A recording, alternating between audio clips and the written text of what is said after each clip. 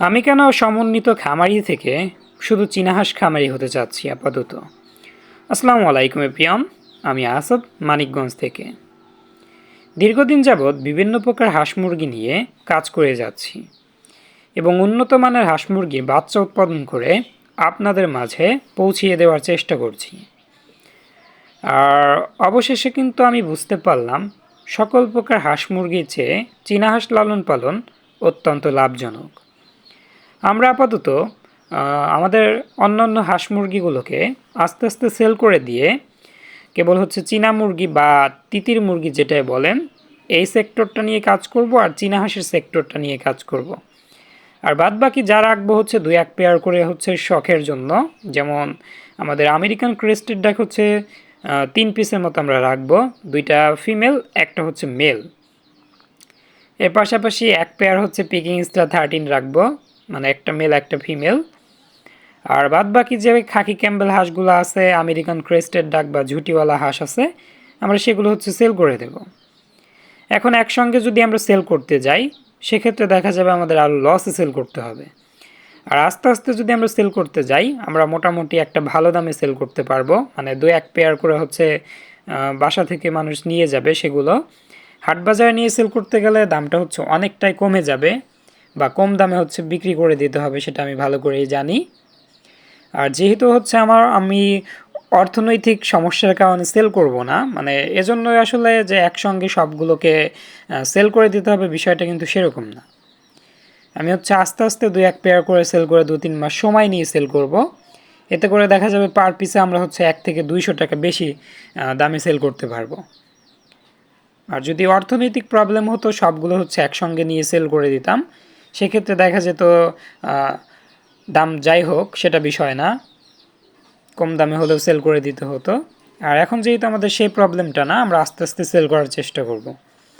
আর সেগুলোকে সেল করে আমরা প্যারেন্ট চীনা হাঁস নিয়ে আসব। চীনা হাঁসের সুবিধাটা বিশেষ সুবিধা বলা যেতে পারে, চীনা হাঁস কিন্তু নিজের ডিম নিজে তা দিয়ে বাচ্চা উৎপাদন করে। আমি অটো ইনকিউবেটারও কিন্তু চীনা হাঁসের বীজ ডিম বসিয়ে দেখেছি, মানে 90% প্লাস ডিমে ব্রণ আসে। আমরা ক্যান্ডেলিং করে ডিম বসানোর 4 থেকে 5 দিন পর বুঝতে পারি। আর হ্যাচিংয়ের দিকে দেখা যায় একদম কম, 50%-এরও কমে চলে আসে আমাদের হ্যাচিং রেটটা, মানে অটো ইনকিউবেটারে। আর ম্যানুয়াল ইনকিউবেটার আমি 90% প্লাস হ্যাচিং রেট পাইছি। আর ম্যানুয়াল ইনকিউবেটার আসলে আপাতত আমার পক্ষে সম্ভব না প্রতিদিন ডিমগুলোকে হাত দিয়ে 2 থেকে 3 বার ঘুরিয়ে দেওয়াটা। সেজন্যই মূলত আমি সিদ্ধান্ত নিয়ে ফেলেছি আমি চীনা হাঁস দিয়েই পরবর্তী ডিমগুলো বসিয়ে দেব। চীনা হাঁস দিয়ে এখন থেকে আমরা বাচ্চা উৎপাদন করব। আর ইনকিউবেটার আমরা মুরগির বাচ্চা উৎপাদন করে সেল করব, যেমন লেয়ার মুরগির ডিম, মিশরীয় ফার্মি মুরগির ডিম, টাইগার মুরগির ডিম, এগুলো আমাদের ইনকিউবেটারটাতে বসাবো। আর চীনা হাঁস সবই আমরা হাঁস দিয়ে উৎপাদন করবো ইনশাল্লাহ। আর আমাদের চীনা হাঁসের খামার যাত্রাটা একদম শুরু থেকে আপনারা শেষ পর্যন্ত দেখতে পারবেন আমাদের এই চ্যানেলটাতে। অবশ্যই চ্যানেলটাকে সাবস্ক্রাইব করে রাখবেন। আমাদের চীনা হাঁস মোটামুটি 20 থেকে 25 পিসের মতো ছিল, রোগে আক্রান্ত হয়ে মারা গিয়ে লাস্ট 12 পিস চীনা হাঁস আছে আমাদের কাছে মাত্র। আর চীনা হাঁস আর খাকি ক্যাম্বেল হাঁস কিন্তু একসঙ্গে খাবার দিলে, মানে খাবার খেতে দিলে দেখা যায় চীনা হাঁসটা স্লো খাবার খায় আর পাতি হাঁসটা একটু ফাস্ট খায়, মানে দ্রুত খাবার খেয়ে ফেলে। চীনা হাঁস কিন্তু ওদের সঙ্গে খাবারটা খেয়ে সারতে পারে না। আর এদিকে আমাদের কিং কোয়েলগুলা রেখে দিয়েছি নতুন সেটআপটাতে। নতুন সেটআপটাতে দেওয়ার পর ওদের আরও কালার চলে আসতেছে, মানে যেহেতু ভালো একটি স্পেস পাইছে ওরা, মানে ঘোরাফেরা ওড়াউড়ি করার জন্য। ছোট্ট জায়গায় আসলে রাখলে যে কোনো পশু পাখি কিন্তু ওদের অরিজিনাল যে কালারটা বা অরিজিনাল গ্রোথটা কিন্তু আসে না। আর এখানে যেহেতু ওদের বিগ সাইজের একটা স্পেস দেওয়া হয়েছে, বড় সাইজের একটা জায়গা দেওয়া হয়েছে, সো এখন দেখা যাচ্ছে ওদের কিন্তু কালারটা চলে আসতেছে। ওরা কিন্তু আগের তুলনায় অনেকটাই চঞ্চল হয়েছে, মানে ঘোরাফেরা করতে পারতেছে ওদের ইচ্ছে মতো, ফ্লাই করতে পারতেছে, উঠতে পারতেছে, সবই কিন্তু সম্ভব যেহেতু জায়গাটা বড়। এখানে আমরা 2টা ফিমেল এবং 2টা মেল রেখে দিছি। ওদেরকে আমরা এখানে একদম ছেড়ে দিছি, জাস্ট খাবার পানি দিয়েছি।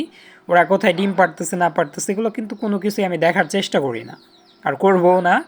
ওরা হচ্ছে ওদের মতোই ডিম পারবে, ডিম পেড়ে হচ্ছে বাচ্চা নিয়ে বের হবে।